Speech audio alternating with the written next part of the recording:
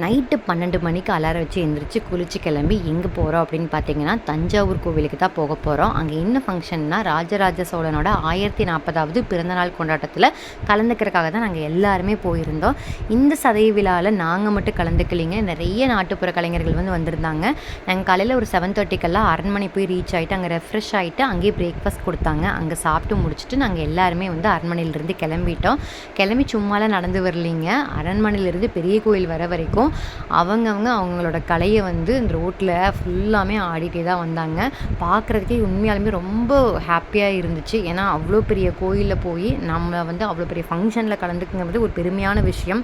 So நிறைய photos எடுத்துகிட்டு நல்லபடியாக சாமியில் கும்பிட்டு சர்டிஃபிகேட் கொடுத்தாங்க. அதெல்லாம் வாங்கிட்டு மத்தியானம் அன்னபூர்ணா லஞ்ச் முடிச்சுட்டு வர வழியில் இவங்க இந்த மாதிரி கூட விற்றுட்டு இருந்தாங்க, நல்லா இருந்துச்சு அப்படின்னு சொல்லிட்டு அதையும் வாங்கிட்டு ஒரு வழியாக வீட்டுக்கு வந்தாச்சுங்க.